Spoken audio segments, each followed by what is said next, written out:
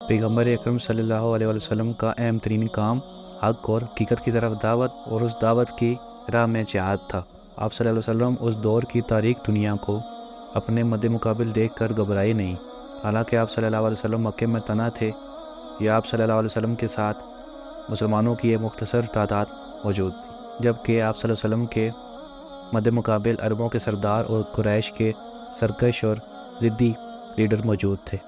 جو انتہائی بد اخلاق ہونے کے ساتھ ساتھ ظاہری اور مادی طاقت اور ہر طرح کے وسائل سے لیس تھے۔ یا آپ صلی اللہ علیہ وسلم کا مقابلہ ایک ایسے عوام الناس سے تھا جو علم اور معرفت سے بالکل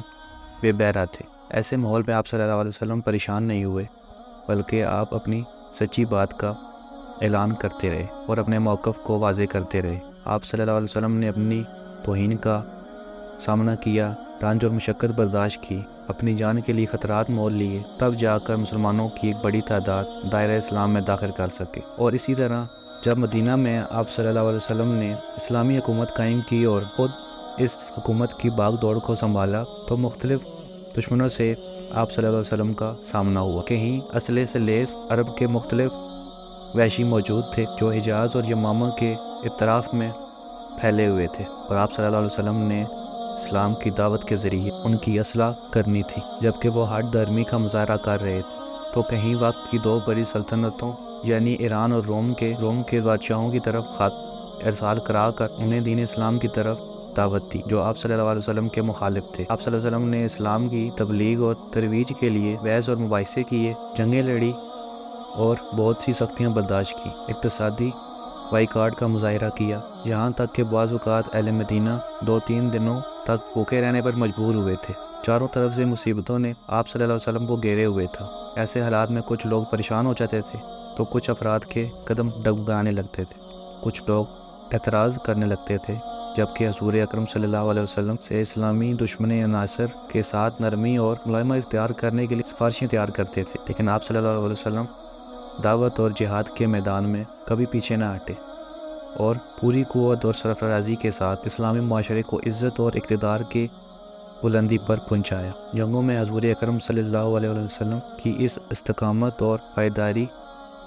اور آپ صلی اللہ علیہ وسلم کی دعوت کی بدولت آنے والے برسوں میں یہ اسلامی حکومت دنیا کی منفرد طاقت کی شکل میں تبدیل ہو گئی تھی۔ رسول اکرم صلی اللہ علیہ وسلم نے اپنی ایک متواتر اور مشہور حدیث میں فرمایا، مجھے مکارم اخلاق کی تکمیل کے لیے بھیجا گیا ہے۔ وہ سخت بنیادی مقصد اور ہدف ہی یہی تھا کہ اخلاقی عظمتیں اور انسان کی روحانی خصلتیں دنیا میں عام ہو جائیں اور انسان اپنے کمال کو پہنچے۔ جب تک کوئی شخص اخلاقی عظمتوں کا بذات خود مالک نہ ہو، اللہ تعالیٰ اسے ایسی عظیم اور سنگین ذمہ داری نہیں سونپتا ہے۔ پیغمبر اکرم صلی اللہ علیہ وسلم کو اللہ تعالیٰ کی وحی کے لیے مناسب اور شائستہ بنانے اور سنوارنے کا کام بعثت سے پہلے ہی ہو چکا تھا۔ چنانچہ روایات میں ہے کہ آپ صلی اللہ علیہ وسلم جب اپنی جوانی میں تجارت کیا کرتے تھے تو اس تجارت سے حاصل ہونے والی تمام آمدنی راہ خدا میں بطور صدقہ غریبوں اور ضرورت مندوں میں تقسیم کر دیا کرتے تھے۔ اس زمانے کی بات ہے، یعنی نبی اکرم صلی اللہ علیہ وآلہ وسلم تکامل کے آخر مراحل پر تھے اور ابھی نزول وحی کا آغاز نہیں ہوا تھا، یعنی اس وقت آپ صلی اللہ علیہ وسلم مبعوث برسالت نہ ہوئے تھے۔ آپ صلی اللہ علیہ وسلم حرا کی پہاڑی میں جا کر اللہ تعالیٰ کی نشانیوں کا بغور جائزہ لیا کرتے تھے۔ آپ صلی اللہ علیہ وسلم آسمان، ستاروں، زمین اور زمینوں میں بسنے والے تمام مخلوقات جو مختلف طریقوں اور احساسات کے ساتھ زندگی گزارتی تھی کا وقت کے ساتھ مشاہدہ کیا کرتے تھے، اور ان سب میں اللہ کی نشانیوں میں تجلی پاتے تھے، جس کے نتیجے میں روز بروز حق کے مقابلے میں خشوع، ارادہ الہی کے مقابلے میں آپ صلی اللہ علیہ وسلم کے دل کے خشوع میں اضافہ ہوتا تھا۔ آپ صلی اللہ علیہ وسلم کے وجود مبارک میں اخلاقیات کی جڑیں روز بروز مضبوط ہوتی جاتی۔ روایات میں ہے کہ پیغمبر اکرم صلی اللہ علیہ وآلہ وسلم بعثت سے قبل ہی لوگوں میں سب سے زیادہ عقل مند اور محترم تھے۔ آپ صلی اللہ علیہ وسلم روزانہ اللہ تعالیٰ کی نشانیوں سے فیضیاب ہوتے، یہاں تک کہ آپ صلی اللہ علیہ وسلم 40 سال کی عمر کو پہنچ گئے، یعنی 40 سال کی عمر میں آپ صلی اللہ علیہ وسلم کا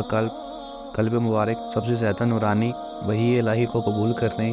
کے لیے سب سے زیادہ شائستہ تھا۔ یعنی جب آپ صلی اللہ علیہ وسلم معنویت، روحانیت کے اعتبار سے کمال کے اس درجے پر پہنچ گئے تو اللہ تعالیٰ نے آپ صلی اللہ علیہ وسلم پر آسمانوں اور عالم غیب کے دروازے کھول دیے اور آپ صلی اللہ علیہ وسلم کی آنکھوں کے سامنے معنوی اور غیبی جہانوں کو کھول دیا۔ آپ صلی اللہ علیہ وسلم کو فرشتے دیکھتے تھے، ان سے گفتگو کرتے تھے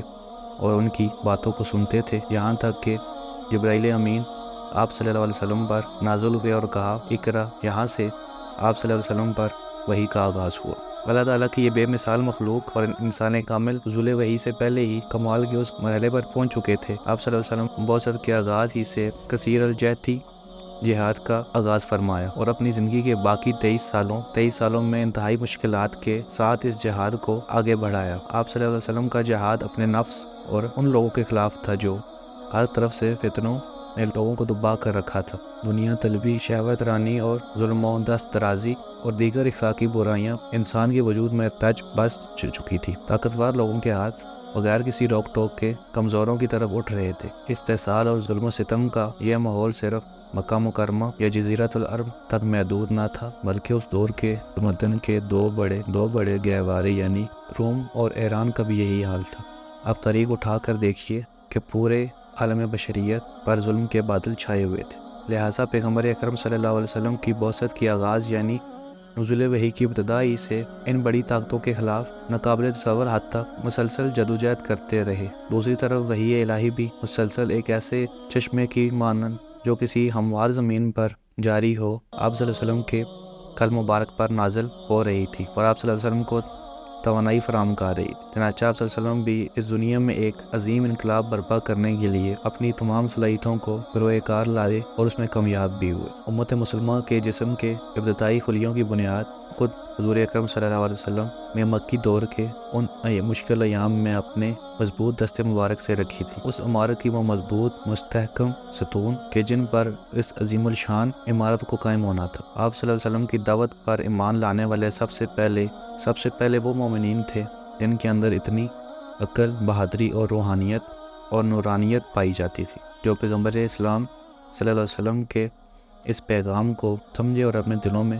جگہ دی۔ پیغمبر اسلام صلی اللہ علیہ وسلم کے قدرت مند ہاتھوں سے ان الہی معارف و الہی احکامات اور تعلیمات کی طرف لوگوں کے دل مائل ہوئے اور ان کے دلوں کے دروازے اور ذہنوں کے دریچے مکمل کیے، اور وقت گزرنے کے ساتھ یہ ارادے مضبوط اور مستحکم تر ہو چکے تھے۔ مکی دور میں مومنین کی اس قلیل تعداد جس میں روز بروز اضافہ ہو رہا تھا نے جن مشکلات اور تکالیف کا سامنا کیا ہم ان کا تصور بھی نہیں کر سکتے۔ ایک ایسے ماحول میں جہاں کے تمام امتیازات اور خصوصیات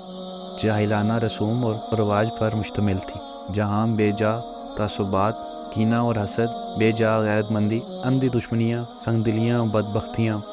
ظلم و جور، شہوانی خواہشات اور دیگر برائیوں نے لوگوں کی زندگیوں کو جکڑ رکھا تھا۔ پھر یکایک اس خاردار اور پتھریلی زمین پر ایسے سرسبز اور پھلدار پودے اگنے لگے۔ کوئی بڑے سے بڑا طوفان بھی ان نونہال اور ننھے پودوں اور ان درختوں کو جو اور اس پتھریلی زمین پر اپنی جڑیں مضبوطی سے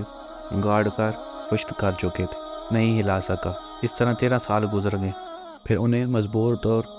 توانا ستونوں پر اسلامی، مدنی اور نبوی معاشرے کی بنیاد رکھی گئی۔